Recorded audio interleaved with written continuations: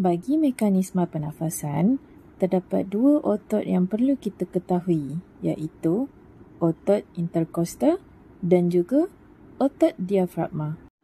Sewaktu menarik nafas, otot interkostal akan mengecut lalu menarik tulang rusuk keluar dan ke atas. Otot diafragma juga akan mengecut, menariknya ke bawah dan melepir.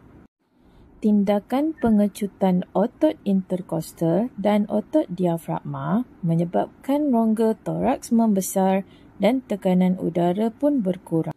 Tekanan udara di luar menjadi lebih tinggi lalu memaksa udara masuk ke dalam peparu, membolehkan kita menarik nafas. Sewaktu kita menghembus nafas pula, otot interkostal mengendur dan sangkar rusuk bergerak ke bawah dan ke dalam. Otot diafragma juga mengendur dan melengkung ke atas.